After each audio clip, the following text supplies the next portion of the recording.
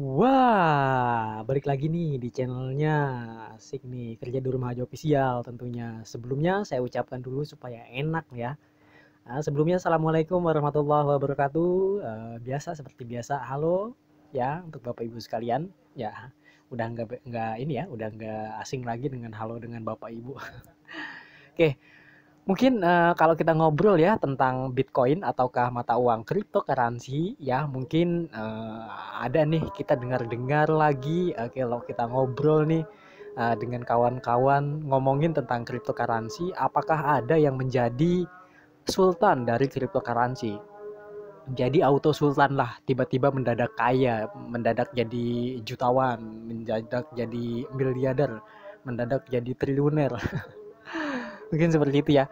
Nah, jadi kalau untuk Bitcoin ini sebenarnya ini adalah awal munculnya pada tahun 2009 ya. Boomingnya itu pada tahun 2009.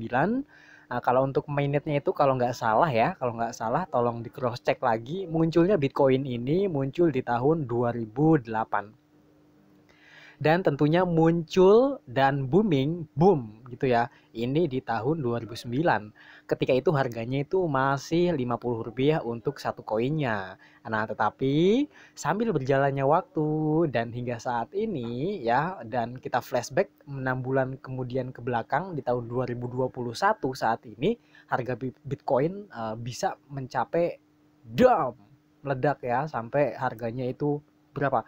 800 juta ataukah 600 juta ya, seperti itu untuk satu mata Bitcoin. Padahal kalau kita flashback kembali ke tahun 2009 ya, 2009 itu harganya satu Bitcoin masih harga 50 perak rupiah. Itu harganya masih ya, kalau beli permen ya, kalau orang Sunda bilangnya bonbon itu enggak cukup lah ya. Cukup dari mana uang 50 rupiah ya. Nah, tetapi ketika itu memang ya, ini fakta ya, fakta harganya Bitcoin waktu itu pada tahun 2009 ya, ini harganya masih Rp50 dan hingga saat ini di tahun 2021 ini harganya 400 juta ya saat ini untuk satu Bitcoinnya. Dan mungkin yang baru dengar cryptocurrency juga ya, mungkin yang tadinya nggak seneng nih dengan cryptocurrency jadi ngepoin nih, apa sih sebenarnya cryptocurrency itu. Nah, jadi ini cryptocurrency ini adalah mata uang fiat ya, mata uang digital ya. Untuk mendapatkan mata uang digital ini terutama Bitcoin, kita harus memecahkan teka-teki algoritma dari matematika ya. Bebaslah mau matematika ataukah matematika seperti itu. Nah, jadi sebenarnya siapa sih pencetus dari Bitcoin ini? Nah, jadi untuk pencetus atau pembuat dari Bitcoin ini orangnya ini tinggal di negara Jepang ya. Matsuki Nakamoto ya, kalau nggak salah, tolong di cross check, dan kalau salah tolong dibenahi di kolom komentar. Mungkin Nakamoto gitu ya, belakangnya cuma inget itu doang sih gitu.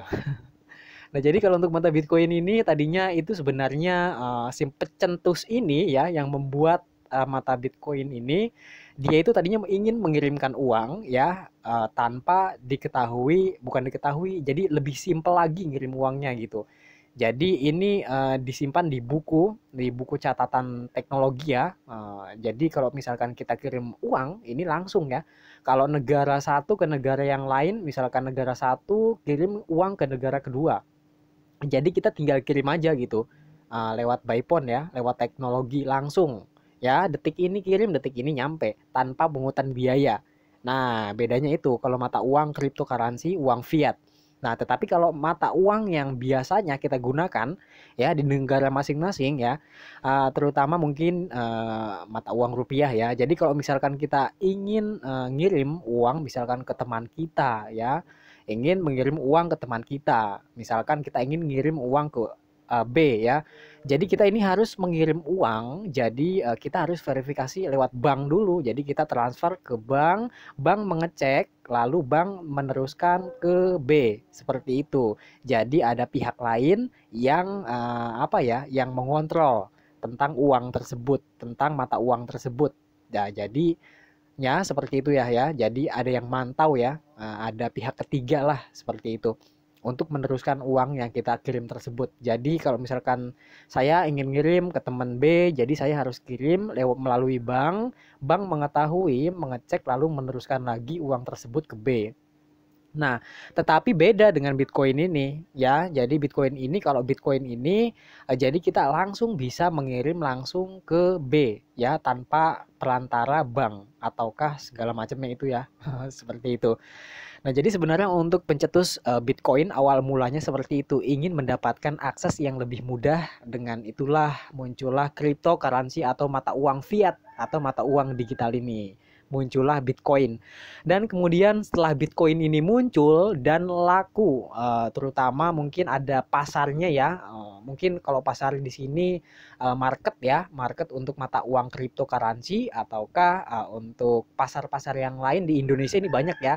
Ada Indodax, kemudian ada CoinGecko dan Coinbase dan segala macamnya ini masih banyak ya. Ada rekeningku, ada Pintu, ada apa lagi ya, masih banyak yang lain ya untuk aplikasi jual beli mata uang fiat atau cryptocurrency ini. Kemudian sebenarnya intinya dari penciptaan mata uang digital ini atau mata uang kripto ini sebenarnya untuk alat pembayaran tadinya. Nah, tetapi sambil berjalannya waktu ini jadi aset ya. Jadi istilah kata si mata uang kripto ini menjadi aset. Jadi aset ini diperjualbelikan gitu. Nah, inilah menjadi alat trading. Nah, jadi ini si Bitcoin ini atau mata uang fiat ini ataukah mata uang cryptocurrency yang lain ini menjadi bahan trading. Nah, jadi untuk bahan trading jual beli. Dan harga dari mata uang cryptocurrency ini fluktuatif. Nah, jadi kalau fluktuatif itu mungkin kalau yang baru mengenal cryptocurrency nggak tahu ya apa itu fluktuatif. Nah, jadi kalau fluktuatif itu harganya itu kadang-kadang dam, kadang-kadang turun, kadang-kadang naik, kadang-kadang turun. Ya itu bebas ya sesuai dengan pasar. Itu harga satu Bitcoin bisa berubah-ubah ya dalam hitungan detik. Itu dipengaruhi oleh pasar. Seperti itu. Dan kalau kita lebih cerita lagi tentang cryptocurrency, nah setelah boom keluar nih cryptocurrency yang Bitcoin ini, muncullah cryptocurrency yang lain. Contohnya seperti ETH atau Ethereum, kemudian muncul lagi Dogecoin, ya, kemudian muncul lagi ada BNB, kemudian muncul lagi mata kripto yang lain dan sebagainya. Bahkan sekarang ini lagi menggarap Shiba Inu. Nah, jadi kalau buat kawan-kawanku ini pada ngegarap Shiba Inu. Dan per hari ini ya mata uang cryptocurrency terutama di Bitcoin ini harganya makin lama ya fluktuatif itu ya. Jadi dari angka 800 juta untuk satu Bitcoin sekarang telah mencapai 400 juta, itu turunnya ya super duper ya. Jadi boom langsung turun ke bawah. Wah, kok bisa seperti itu? Ya bisa saja. Nah, tetapi kalau untuk teman-teman yang punya serangan jantung jangan sampai ikutan ya. Jadi kita ini harus belajar dulu, kita harus memahami tentang cryptocurrency, kemudian kita juga harus memahami apa itu tentang cryptocurrency dan ya di dalamnya kita harus belajar dulu kalau baru kita setelah mengetahui baru kita terjun. Seperti itu. Karena ini harga ini fluktuatif ya. Jangan sampai kita menyalah-nyalahkan mata uang fiat ini. Jadi istilah kata nih waktu kemarin-kemarin ini kan harga Bitcoin ini kan harganya boom ya, sangat gede banget nih, harganya sangat mahal lagi, sangat mahal. Satu Bitcoinnya itu bisa mencapai 800 juta. Nah, banyak banyak mungkin kawan-kawan di Indonesia mungkin yang suka dengan cryptocurrency ataupun coba-coba ataupun tahu dari teman atau sahabat ataupun dari keluarga, entah itu rekan kerja mungkin dia langsung ikutan tuh Bitcoin. Dia mungkin menjual asetnya ataukah pinjam meminjam, itu jangan, itu tidak disarankan ya. Jadi kalau kita mau main Bitcoin ya ataukah mata uang kripto yang lain, kita gunakan uang dingin ya, jangan uang panas yang ada jantungan nanti karena harganya itu fluktuatif. Jadi mungkin kalau kita flashback lagi ke masalah-masalah yang lalu ketika Bitcoin ini meledak, boom harganya tinggi. Nah, lalu banyak nih dari teman-teman kita ini pun ikutan terjun untuk membeli Bitcoin. Nah, pas membeli Bitcoin tersebut, nah harganya turun. ya. Misalkan membeli di harga satu Bitcoinnya itu harganya taruhlah 600 juta, kemudian lama kelamaan ya down ya, candlenya down, harganya turun, pasarnya turun. Nah, dia menyalahkan mata uang fiat ini. Kemudian dia menyalahkan lagi untuk mata uang cryptocurrency ini adalah penipuan lah, sebagainya dan sebagainya. Nah, jadi jangan seperti itu ya, sobat-sobatku semua. Jadi kita harus mengetahui dulu apa itu kayak cryptocurrency, apa itu tentang ya sejenis lah, sejenisnya tentang cryptocurrency ini. Jadi kita harus mengetahui dulu baru kita terjun ke dalamnya. Nah, kemungkinan semakin berkembangnya tahun ya, jadi sekarang ini semakin banyak cryptocurrency mengikuti bapak moyangnya yaitu Bitcoin ini. Terutama di tahun 2021 saat ini banyak cryptocurrency bermunculan ya, masih tahap airdrop. Entah itu mau airdrop lewat Telegram, entah itu mau airdrop melalui aplikasi, entah itu mau airdrop melalui web, entah itu airdrop melalui apalah itu ya. Intinya airdrop mengumpulkan seperti itu. Nah, jadi sekarang ini adalah masa-masa transisi di mana mata uang yang tadinya cash dan sekarang mulai berjalannya waktu hingga saat ini uang pun berubah menjadi mata uang fiat dan berubah menjadi mata uang digital seperti itu. Nah, jadi untuk sobat-sobatku semua yang mau ikutan ya cryptocurrency ataukah mau ngepoin cryptocurrency, ya sebaiknya sebelum kita terjun, sebaiknya alangkah baiknya kita mengetahui dulu tentang apa itu cryptocurrency, apa itu blockchain, kemudian apa itu segala macamnya tentang mata uang fiat ya tentunya. Gitu. Nah, jadi untuk sobat-sobatku semua juga jangan sekali-kali menggunakan uang yang memang uang panas ya, uang kebutuhan pokok. Kita gunakan untuk trading ataukah kita gunakan untuk segala macamnya, itu jangan sampai seperti itu ya.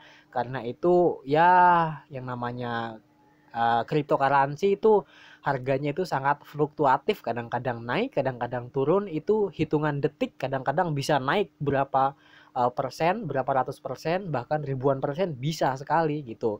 Nah, tetapi kalau rekomendasi, kalau punya uang tabungan, itu lebih baik menabung di cryptocurrency dengan jangka waktu yang panjang ya.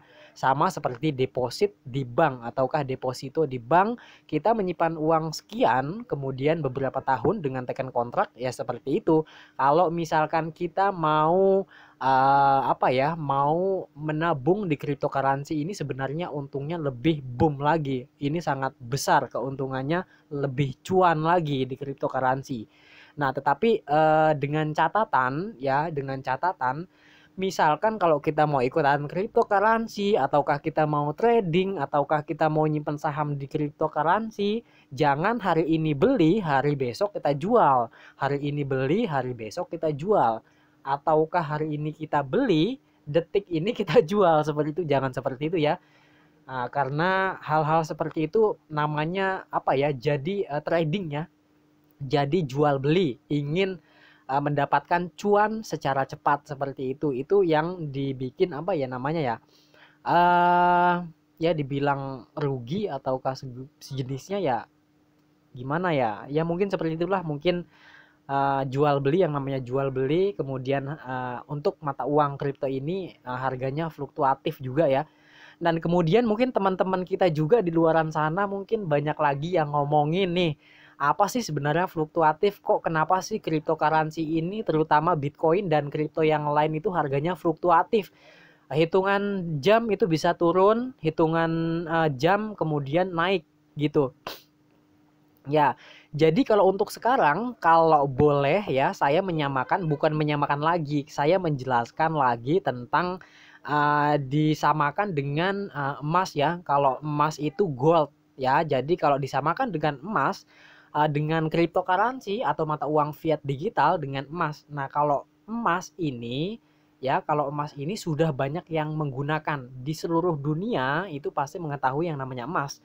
Dan bila mana ketika pengguna emas ini check out atau keluar ataukah menjual sebagian emasnya ataukah bahkan semua emasnya itu dijual, aset emasnya itu dijual, maka harga dari emas itu tidak akan anjlok ya. Jadi harganya tidak fluktuatif. Sebab kenapa?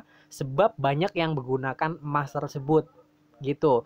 Dan kemudian kenapa sih kalau Bitcoin itu kemudian Ethereum, ETH ataukah mata uang fiat yang lain ini harganya fluktuatif gitu. Jadi begini ya sobat-sobatku semua, kalau saya artikan jadi kalau Bitcoin dengan emas ini ya ini harga kalau dibilang ini sama. Kalau emas ini harganya tidak fluktuatif karena banyak yang menggunakan. Tetapi kalau misalkan cryptocurrency terutama ETH, Bitcoin atau kasih jenisnya CoinGecko lah segala pokoknya semuanya deh tentang cryptocurrency. Kok bisa harganya fluktuatif? Ya bisa karena penggunanya masih sedikit gitu. Di era modern saat ini ya semakin meningkatnya teknologi ya ini pengguna dari mata uang fiat ini masih sedikit. Nah, jadi ketika memang ada investor masuk seperti Tesla, Elon Musk masuk ya, yang orang terkaya itu di dunia itu ya, dia masuk membeli Bitcoin dan pasti harga Bitcoin itu dipengaruhi oleh orang tersebut karena dia sudah berinvestor di dalam Bitcoin tersebut. Maka dari itu harga Bitcoin itu bisa naik boom naik ke atas gitu. Karena apa? Karena ada investor masuk untuk membeli saham dari cryptocurrency terutama Bitcoin itu. Dan kemudian ketika memang si pemegang saham tersebut check out atau keluar dari Bitcoin, maka itu harganya akan mempengaruhi pasti akan turun seperti itu. Nah, tetapi kedepannya ya mulai hari ini kedepannya dan tahun-tahun berikutnya pasti harga dari cryptocurrency ini terutama Bitcoin dan kawan-kawannya ini pasti naik harganya ya. Makin naik harganya. Kenapa? Karena banyak yang mengetahui tentang cryptocurrency ini. Ketika memang mengetahui cryptocurrency ini banyak penggunanya, otomatis mungkin orang-orang mungkin di seluruh negara menggunakan cryptocurrency ini dengan penggunaan yang lebih mudah gitu ya. Beralih yang tadinya menggunakan uang biasa kemudian beralih dengan menggunakan cryptocurrency ini karena pengoperasiannya atau pembayarannya yang lebih simpel dan sangat mudah gitu. Nah, jadi kalau masalah bilang fluktuatif ya pasti fluktuatif ya harga dari cryptocurrency ini sebab ini penggunanya masih sedikit yang mengenal cryptocurrency ini masih sedikit. Dan kalau kita misalkan punya tabungan, kita investkan ke situ, pasti kita bakal cuan. Ini diprediksi pada tahun 2000 sorry orang Sunda. Pada tahun 2030 ya, 2030 dari sekarang 9 tahun kemudian harga Bitcoin ini diprediksi mencapai 2M untuk satu mata Bitcoinnya. Ya, ini fantastis banget nih. Ini kita bukan bicara tentang halu ya, bukan. Ini kenyataan, ini bukti. Ya, kalau kawan-kawan kita yang berkecimpung di dunia kripto, ini pasti lebih mengetahui lagi ya. Kalau misalkan kita berbicara tentang ya yang namanya cryptocurrency ini ya. Oke, mungkin sedikit ya sharing saya tentang cryptocurrency ini dan tentunya di sini saya akan membahas tentang cryptocurrency yang lain ya terutama di sini di tahun 2021 ini bakal ada yang mainnet cryptocurrency ini sekarang masih tahap airdrop dan di bulan Oktober ini akan melakukan verifikasi secara massal atau KYC secara massal di tahun 2021 di bulan Oktober dan di awal bulan Oktober atau akhir tahun 2021 ini akan mainnet ya, akan di mainnet dan kemudian cryptocurrency itu akan disimpan di bursa ataupun pasar untuk cryptocurrency tersebut. Contohnya kalau di Indonesia itu ada Indodax, kemudian ada CoinGecko, kemudian juga mungkin pasar ada Rekeningku, kemudian ada Pintu dan masih banyak pasar-pasar kripto yang lain di Indonesia. Nanti mungkin kalau misalkan kawan-kawan nih ada yang ingin lebih mengetahui tentang kripto dan terjun di dalamnya, saya menyarankan jangan menggunakan uang panas ya. Jadi maksudnya uang panas itu uang yang digunakan untuk sehari-hari gitu. Misalnya untuk ya kebutuhan sehari-hari, kebutuhan pokok itu jangan digunakan untuk membeli kripto dengan harapan cuan. Kalau misalkan ingin cuan ya gunakan uang-uang yang enggak istilahnya uang dingin ya, uang tabungan kah, uang apakah itu dan jangkaannya itu jangan kayak orang jual beli sayur, hari ini beli hari besok udah di sayur kayak gitu ya. Jadi kalau misalkan ingin bermain di cryptocurrency ini, saya sarankan yang lebih aman itu kita menghitung hitungan tahun ya. Lebih baik lama ya kita cuan. Misalkan kalau misalkan hari ini kita beli dan nanti di tahun berapa kita akan withdraw atau WD. Pasti ya dijamin, bukan dijamin ya. Jadi ini pasti ya semakin bertambahnya waktu pasti orang-orang lebih mengetahui cryptocurrency ini dan lebih mengenal apa itu yang namanya Bitcoin dan kawan-kawannya. Pasti semakin kesini semakin orang mengetahui dan semakin banyak orang bermain di dalamnya. Nah, oleh karena itu harga Bitcoin ini bakalan naik. Kalau untuk saat ini mungkin orang-orang berpengaruh itu yang sultan-sultan ya seperti Elon Musk. Kemarin dia membeli Bitcoin ya dengan sekian ya, bahkan membeli mobil listrik itu bisa menggunakan dengan Bitcoin gitu. Nah, oleh karena itu Bitcoin ini harganya naik gitu. Dan setelah Elon Musk kemarin mencuit di Twitter ya, dia mencuit tentang Bitcoin ini katanya tidak ramah lingkungan karena untuk menambangnya itu membutuhkan listrik yang sangat besar powernya. Nah, kemudian ketika mencuit di Twitter, Elon Musk tersebut, orang terkaya tersebut, ya, yang memegang atau yang bermain di Bitcoin tersebut, ya otomatis untuk Bitcoin tersebut turun harganya hingga saat ini. Nah, tetapi tidak menutup kemungkinan kemudian di tahun-tahun berikutnya harga Bitcoin ini bakalan naik, boom, bakalan naik. Mungkin seperti itu ya sobat-sobatku semua. Terima kasih. Assalamualaikum. See you. Bye-bye.